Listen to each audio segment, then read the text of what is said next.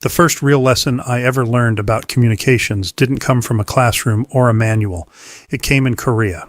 I was TDY during Full Eagle, and one of my extra duties was manning an FM radio net. Most of the traffic wasn't even Americans. It was our Korean allies coordinating among themselves. This wasn't some high-tech command center. This was field exercise reality. Long hours, no sleep. Everyone dirty, cold, hungry, and just irritated enough to make bad decisions. And then there was this guy. Every time this one Korean soldier keyed his mic, I'd press my button just long enough to block his transmission. Radio check, over. I'm still up if you are. Standing by. Out here gets real quiet.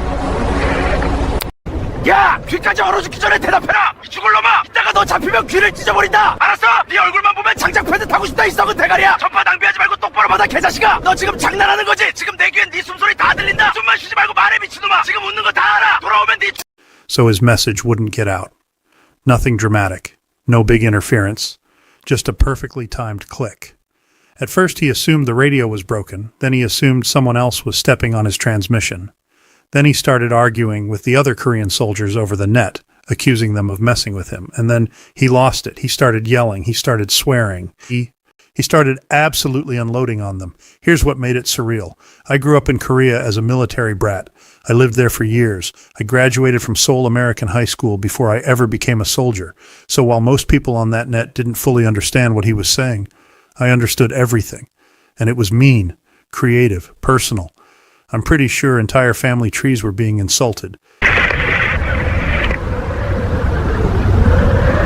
I thought it was hilarious in that sleep-deprived way, but later, the humor disappeared. I saw how messages not getting through can isolate people and turn small issues into serious problems. With nothing more than a button press, I controlled whether that soldier existed on that net.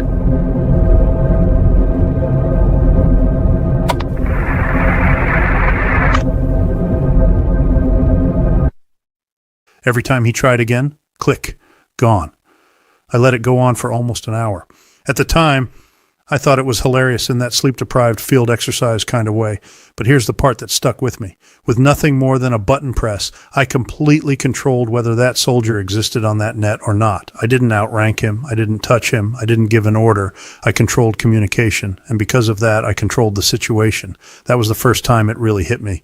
Communications aren't just about talking. They're about who gets heard. Later in my career, the humor disappeared.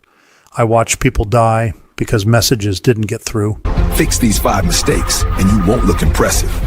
But you will be reachable. And being reachable is what keeps small problems from becoming disasters. Copy that. Check-in complete. Because the wrong information was acted on. Because silence was misunderstood. And now, decades later, I see the civilian version of the same failure playing out in suburban families who honestly believe they're prepared. They've got food, they've got water, they've got medical gear, they've got weapons. And then you ask about communications, and the answer is usually something like, well, I've got a radio somewhere. And then you ask about communications. The answer is usually, I got a radio somewhere. That's not a plan. That's hope. And hope collapses under stress. If your entire communication plan depends on one device, you don't have... That's not a plan. That's hope. And hope collapses under stress. Communication. Failures kill people. Communications failures kill people. They start with silence. Someone reaches for a radio, nothing comes back. And in that silence, guessing turns small problems into disasters. Family, if you hear me, answer. Communications failures don't announce themselves. They don't come with explosions or alarms. Most of the time, they start with silence. Someone reaches for a phone, no signal. They grab a radio, they call out, nothing comes back. And in that silence, people start guessing. They guess where others are, they guess what's happening, they guess what they should do next. If your entire communication plan depends on one device, you don't have redundancy. You have a single point of failure. Batteries die. Signals get blocked. Build layered paths instead. That guessing is how emergencies escalate. I've watched people die that way, not because they were outmatched, but because they acted on assumptions when communication failed. Today, I want to walk you through the 5 deadliest radio communication mistakes preppers make when everything falls apart, and how to fix them before they cost you your family or your life. Please! This is situation? House breached at back door. No injuries. Intent, need backup now. Panic transmits emotion, not information. Screaming wastes time. Use clear severity, location, and needs. Calm. If this makes you uncomfortable, good. That discomfort is your warning system working. Mistake number 1, single point of failure.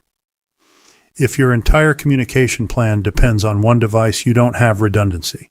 You have a single point of failure. I don't hear anything. Over! It's dead. I don't think... Maybe it's the wrong channel? I'm getting nothing but static. I think the batteries are shot. Can anybody... Hello? Where are Keep they? trying. Last time I charged them was... Number? Base to team. Status check. Over. Team 2, all good. In the military, we assumed radios would fail. Batteries die. Signals get blocked. Electronics behave badly under stress. That's why we used a PACE plan. Primary, alternate, contingency, emergency. Civilian preppers often do the opposite. They buy one radio. They throw it in a drawer. They assume it will work when everything else doesn't. What happens when it's dead? In the wrong room? Or the person who knows how to use it isn't home? Isolation happens fast, and isolation kills. You need layered redundancy. Not more gear, but more paths. Number 1, single point of failure. If your whole comms plan depends on one device, you have no redundancy. When it fails, you're cut off. Mistake number 2, radios that don't match reality. People buy radios based on box claims. Those claims are fantasy. Real suburbs are hostile to radio signals. Houses, trees, cars, concrete, all of it eats range. That's why the radio that worked fine in your yard dies 3 streets away. FRS radios are toys. GMRS works for neighborhoods. Ham radio works if you practice. The mistake isn't the brand. It's never testing radios where you actually live. Guessing is deadly. Mistake. Number 3. No pre-programmed channels. Stress destroys fine motor skills. Scrolling menus, remembering channels, explaining frequencies, all of that collapses. If your plan requires thinking, it will fail. Pre-programming removes friction, and friction is deadly. Untested radios and no pre. Out here in the open, it sounded great. Drop it into a real neighborhood with houses, trees, and power lines, your range gets crushed. And when stress hits, scrolling menus wastes precious seconds. Test it. Program it ahead of time, because when you need it... Fix it. Test radios in your actual environment. Pre-programmed channels, label them something you can remember. Fam 1, neighbor. Practice switching without looking. Muscle memory beats panic, and swap in a better antenna. The range, strong. Mistake number 4. Panic instead of information. Panic transmits emotion, not information. Screaming wastes time. Shared medical language saves it. Clear severity, clear location, clear needs. Calm words don't mean calm emotions. They mean control. Mistake. Number 5. Zero practice, dead batteries, dusty radios. No one knows how to use them. People assume they'll figure it out. They won't. Stress strips competence away. Why isn't it turning on? Mine's on, but it's just hissing. Dad, you're on channel 4. We said 7. It won't change. Hang on. Static burst. Hello? Anybody? You're stepping on me. Let go of the button. I'm not. It's just... Batteries are corroded. Great. Zero practice. Dusty radios and no drills mean skills vanish under stress.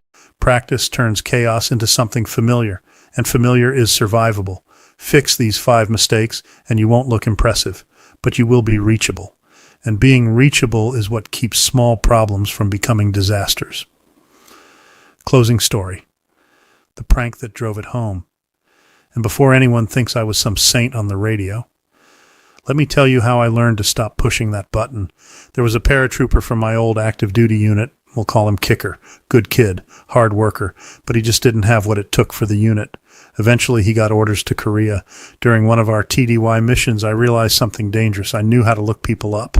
I knew unit structures, and I knew how authority sounded over a phone line, so I called him. In my absolute best Colonel Sanders meets Foghorn Leghorn accent, I introduced myself as a bill collector from a jewelry store back home. I told him me and my posse were currently outside the gate, demanding payment on a ring he had purchased. Here's the part I didn't know at the time. When Kicker was in our unit, he had bought an engagement ring for a woman who worked at a strip bar. She accepted it as a friendship ring, and he never got it back. So when I told him he owed money, he didn't argue. He told me his father back home was handling the payments. At that point, I escalated. Evening. Hello? Well now, good sir, this is Colonel Sanders calling from the jewelry store back home. I say, boy, we've got us a little matter of an unpaid ring debt. How we gonna settle this, son? Well, now, I do declare good, sir, that little old ring debt ain't gonna settle itself, bless your heart. I say, I've got my posse waiting right outside your gate here demanding payment in full. If we don't come to a gentlemanly arrangement right this minute, son, I'm afraid I'll have to place you under arrest for non-payment. Still in my Colonel Sanders voice, I informed him that under my authority, I was placing him under arrest until payment was made. Then I said the words every junior enlisted soldier fears. I'd like to speak to your supervisor. The poor sergeant got on the line, and I absolutely unloaded. Standards, judgment, financial responsibility. This went on for a solid 30 minutes. My commo guy was in the room with me. We had it on speaker. We were crying, laughing. Eventually I broke. oh man. Just a joke, kicker. No bill collector, no Peters, I said keep it quiet in here. Just communication and perceived authority. No badge, no paperwork. The voice people trust can save lives or destroy them. I explained to Kicker it was a joke. No one was at the gate, no bill collector, no arrest authority. The sergeant threatened retaliation. Kicker tried to calm him down, explaining that we were in a special operations unit and no MP was going to track us down. I reassured the sergeant one last time. Then I went back to Kicker. I told him I genuinely wished him well. I thanked him for taking the call. I told him it was good talking to him, and then I hung up. That story isn't about the prank. It's about how everything worked because they believed the voice. No badge, no paperwork, no verification, just communication and perceived authority. Of mental Republican view. Build layered redundancy with a PACE plan. Primary, alternate, contingency, emergency. Test them regularly.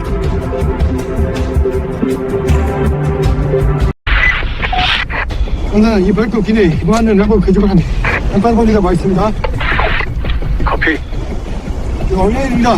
해줘요. 커피. 이는 먹고 하자. 이 소리에 잡점 서셨나? 하나.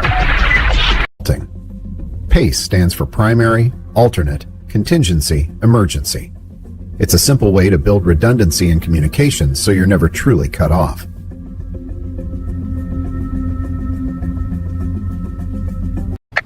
Check 1, Dad ready. Check 2, Mom ready. Check 3, Jay ready. Check 4, Maya ready. Lights on. Sweep. Copy. Copy. Garage clear left. Clear right. Home base secure. Sounds good. Fix it. Practice weekly radio checks, monthly scenarios. Hey, can you hear me?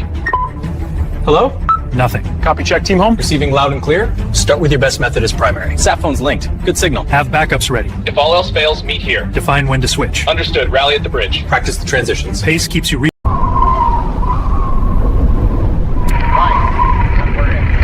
In a SHTF scenario, grid down, cells offline, internet gone. Reliable communication is the difference between coordination. Prioritize a PACE plan. Primary for every day. Alternate short range like GMRS. Contingency long range like ham or satellite. Emergency no-tech backups.